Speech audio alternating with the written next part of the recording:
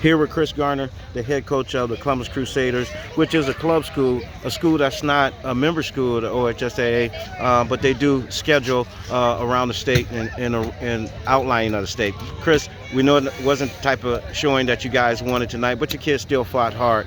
Tell us a little bit about what's the expectations coming into the next days of practice. We're really just going to look at film. We had some issues with some blocking, and so we're just really going to get after it. Like what happened on the field is not really who we are. So we had some issues, but we'll get back to the drawing board and correct it. Okay, Coach. Coach, tell us a little bit about your school's program. Tell us what's about. So the Columbus Crusaders, so we started in 1996. So we're like a club team, just like you said. The majority of our players are made up of homeschool kids, but we also have some Christian private school kids. We have kids who go to high schools that don't offer sports. And then we also have some kids who go to OHSAA schools, but may not necessarily get playing time or feel comfortable with playing at their school. So we really just offer an alternative for them to be able to do it. So like, just like you said, we're not really a part of OHSAA.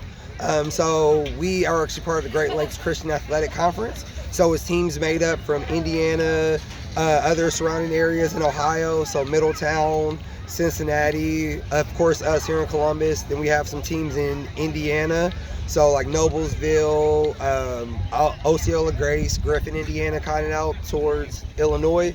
And then we also have a couple teams out in Michigan. Great. Sounds like you guys are really spread out, and people they'll look at the Greater Lakes Christian Athletic Conference as something that you might want to look into if you're around in the surrounding areas.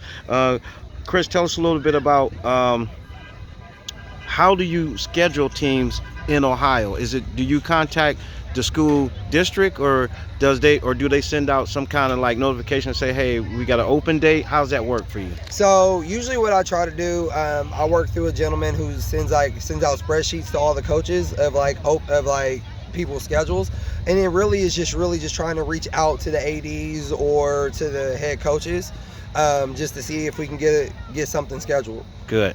Hey, Kris, it was a pleasure watching you guys play tonight. It's always a good opportunity. Even kids don't win, they still get the opportunity to play, and I can tell that's the type of coach you are. Kris, appreciate the interview and appreciate the time. No problem. Thank you.